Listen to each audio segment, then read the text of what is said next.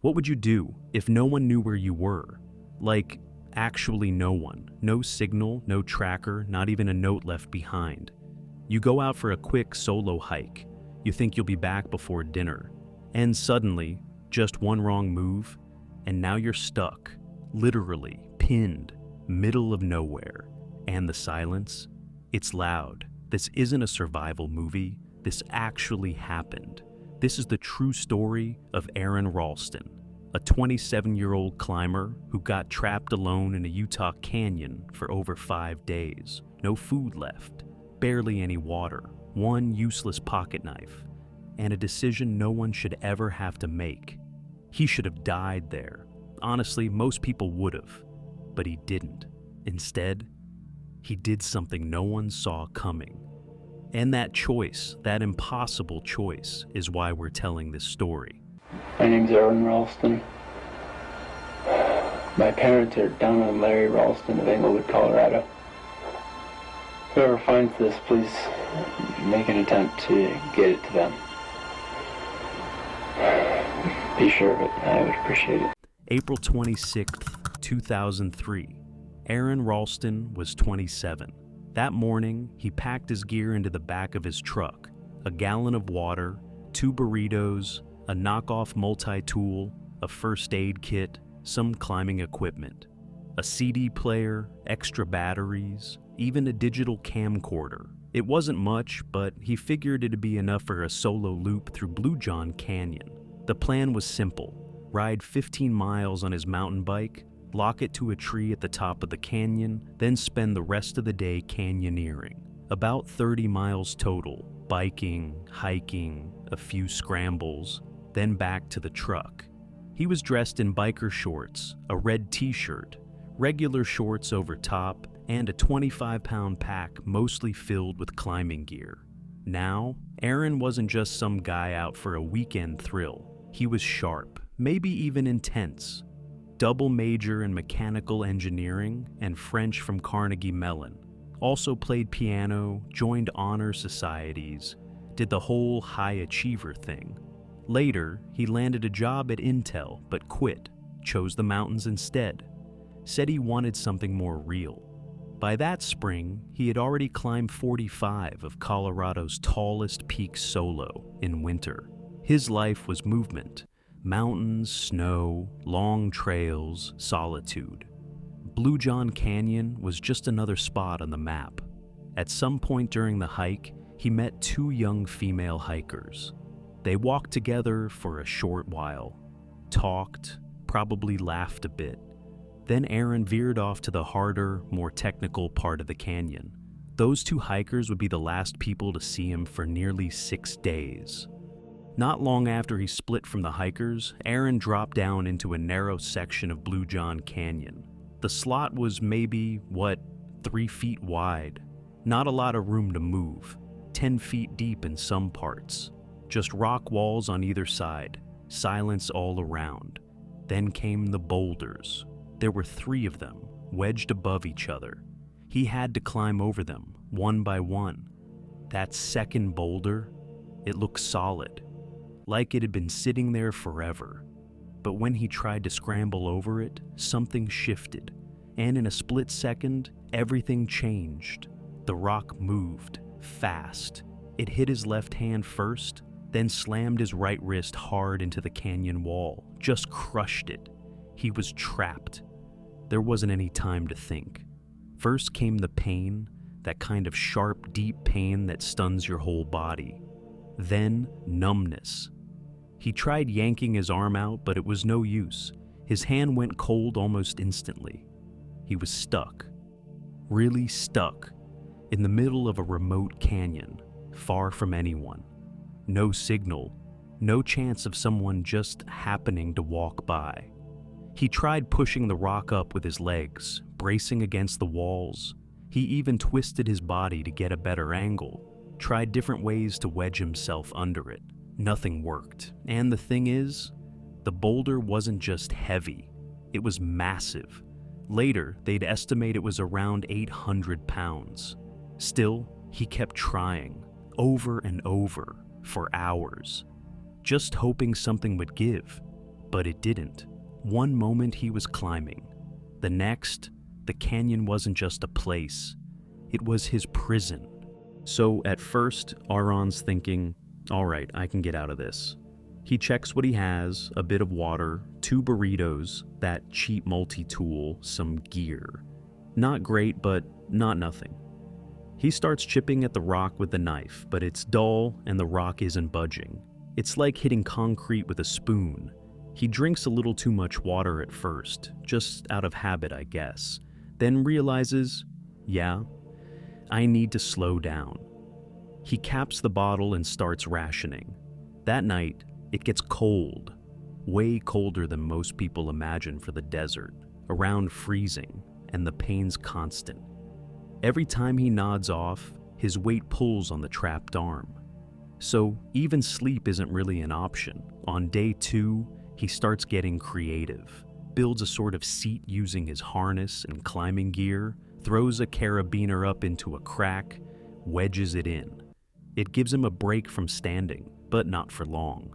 After a bit, the blood flow gets cut off to his legs, so now he's switching every 20 minutes, sitting, standing, sitting again.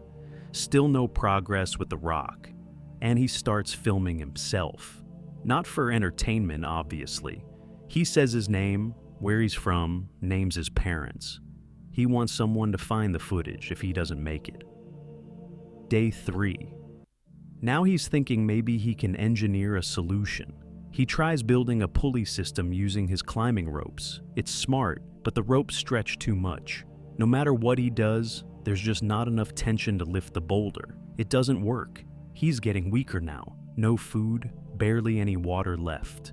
His arm's turning gray, no feeling in it at all. He pokes at it. It's cold. It's dead weight. Day 4. No water left. He starts drinking his own urine, and it's rough. His tongue is raw. Gums are bleeding. His eyes burn every time he blinks. He hasn't taken out his contacts in 4 days, and they're full of grit and dust. He starts talking to himself more, not yelling, just out loud, trying to keep himself present, keep his brain working. He records messages, says goodbye, tells his family he loves them, and he starts thinking, maybe this is it. He carves his name into the wall, his birth date, and what he thinks will be the day he dies. Day 5. This is when things shift. He starts hallucinating, sees a little boy, maybe 3 years old, blonde hair. Aron's holding him up with his left arm, balancing the kid with what's left of his right. They're laughing. It's peaceful. And that image, that little moment, gives him something. He doesn't know how or why, but it makes him believe he's not done yet, like there's still a future. And that night, everything changes. He jerks his arm out of frustration, and it bends. Not like movement, like bone bending, and that's when it hits him. His arm's been decomposing for days, and if it's that weak, maybe he can break it. The plan he was avoiding since day 1, the one that felt impossible, suddenly becomes the only way out. By the 6th morning, Aron's body is done. He's weak, probably hasn't slept in days. He's got nothing left in him, except this one spark, this wave of rage that hits him out of nowhere, and he just starts pulling, yanking, fighting. Then, suddenly, his arm bends, like really bends. The bones, his radius and ulna, they're brittle now, dead. And he realizes if he uses the boulder the right way, like applies enough torque, he might actually be able to snap them, and so he does. He leans in, pushes his weight hard, back and forth, and the bones break. Not clean, not quiet either, but it works. Now comes the part that, it's hard to even imagine. He grabs the dull blade from his multi-tool, that same cheap one he's been carrying for days, and starts cutting his arm, through skin, through muscle, carefully working around arteries, using the rubber tube from his camelback as a tourniquet. He even uses the pliers on the tool to rip through the tendons, and when he hits the nerve, That main bundle running through the arm, it's agony, but he keeps going. It takes about an hour. And when it's done, when the last bit of skin is cut, he's free, just like that. After 5 days, trapped in silence, starving, hallucinating, he's finally out. And he doesn't even wait. He gets up, climbs out of the slot canyon, and steps back into the sun. And it's hard to describe what that really meant. But it wasn't just him walking away from a rock. He was walking back into life. Aron's free, but it's not over. Now he has to get out, and the only way is down. With one arm, bleeding, completely worn out, he sets up a rappel, 65 feet, straight down a cliff face, and somehow, using his teeth and his left hand, he lowers himself. Then he starts walking. The desert is brutal, hot, and open, but he pushes through it. 6 miles on foot, one arm gone, almost no blood left in his body. Somehow, he keeps going. Then finally, he sees people. It's a Dutch family, the Myers. They give him water, a little food, apologize for only having 2 Oreos left. Then they wave down a helicopter flying overhead. It's been hours since he cut his arm off. But when that rescue chopper touches down, Aron doesn't wait to be carried. He walks into the ER on his own feet. By then, he's lost 40 pounds, a full quarter of his blood. But he's alive. You'd think that would change everything. And yeah, it did. But maybe not in the way people expect. Aron didn't quit climbing. He didn't even slow down. Less than 2 years later, he finished what he started. Soloed all of Colorado's 14ers in winter. He went on Letterman, wrote a book. That story, his story, became a bestseller. Eventually, they turned it into a movie. And the vision he saw back in that canyon, that little blonde-haired boy, that came true too. Aron became a dad. He talks about love now more than survival, about humility, about how the rock didn't just take his arm, it gave him perspective. As he put it, the rock taught me what mattered. It wasn't about being a badass. It was about going home. So, yeah, we all watched the movie, heard the headlines. But when you really sit with this story, it gets under your skin. It makes you ask, what would I have done? Not just physically, not just the cutting, but could you choose life in a moment like that? When your mind's breaking down, your body's giving up, and the silence is louder than anything. In the end, it wasn't strength that got Aron out.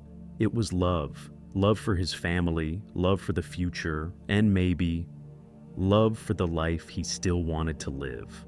If this story made you feel something, drop a comment, like the video, subscribe for more stories like this one, and let us know. Could you do what Aron did? Not just cut through pain, but choose life when everything said you couldn't?